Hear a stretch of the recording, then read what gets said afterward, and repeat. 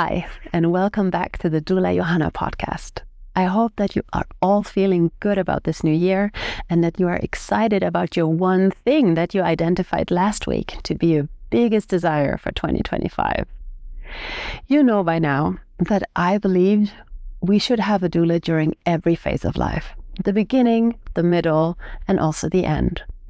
My goal with this podcast is to explore how we can show up for ourselves and others during these pivotal moments.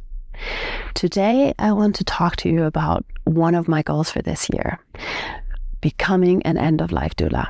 And I want to share the reasons with you why I am embarking on this journey. But first, let me briefly explain what an End of Life Doula is. End of Life Doulas, also called death doulas, are companions for the dying. They provide emotional, physical, and spiritual support for the individuals that are actually dying, but also for their families as they navigate the final stages of life and also the stage of grief after the death has occurred. Much like birth doulas guide families through the entrance into life, death doulas help make the transition out of life as peaceful and meaningful as possible. It's an act of love and service, and I am so curious about this journey. I could think of 4 reasons why I want to become an end-of-life doula. The first reason is that I really just feel called to do it. 15 years ago, my favorite uncle passed away in hospice care.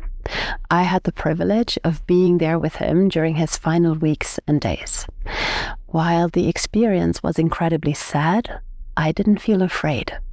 The process of dying itself didn't at all feel scary to me. Quite the opposite. I could tell that in the very end, he was ready to change worlds. Witnessing that was deeply healing for me. It taught me that death, though painful, can also be peaceful and simply transformative. This memory has stayed with me all these years, and I've come to realize that I want to offer others the same kind of presence and comfort that my uncle received. Not only from me, right, but from all the people around him. He had like a really good death, and I love that for him. The second reason is that I see such a strong parallel between birth and death. A century ago, most people were born at home, and most people died at home. These were natural parts of life, experiences that every family and every community shared together. Today, both birth and death have been largely moved to hospitals, and as a result, we've become somewhat distanced from them. They've become sources of fear because they are no longer part of our everyday reality. As a birth doula, I've seen how transformative it is to help families reclaim their power and feel more connected to the birthing process. I want to do the same for death. I want to help normalize it, to remind people that it's not something to just fear, but something that we can face with love and courage. The third reason is that I want to be better prepared for my own death and also for my loved ones' deaths. I know that obviously one day I will die. I also know that most likely, if I get to live as long as I hope I will experience the deaths of people I love. And when that time comes, I want to show up for them, unafraid and knowledgeable. I want to be the kind of person who can offer comfort, compassion, and strength, even in the middle of like grief and sadness. We all hope that when it's our time to say goodbye, we'll have people around us who will care deeply and know how to support us. Becoming an end-of-life doula is my way of ensuring that I can be that person for my family, for my friends, and my community.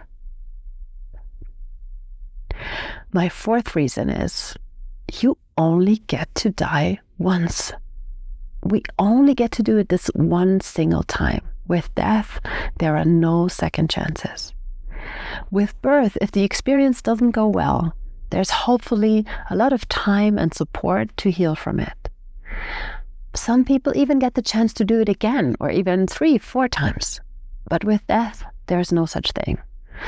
That's why I want to do everything in my power to help make this one-time experience as meaningful and as supportive as possible. I am convinced that death doesn't have to be this total nightmare. I want to support dying individuals and their families in the same way I now support expecting families. I want to hold space for their fears. I want to listen to their wishes, connect them to the best resources available, and make sure that they don't feel alone. By being present, by holding their hands and offering comfort, I hope to create a sense of peace in a hard moment. And I know that the moment will still be hard, but I want to make it better, even if it's just a little bit. Somehow this journey into becoming an end-of-life doula feels like a natural extension of everything I've learned and experienced as a birth doula. It's about honoring the entirety of life's cycle and recognizing the beauty in both its beginnings and its endings. Thank you for listening to this episode of the Doula Johanna podcast. Death, like birth, is a sacred part of life. It's something we all face, and yet it's often surrounded by fear and uncertainty.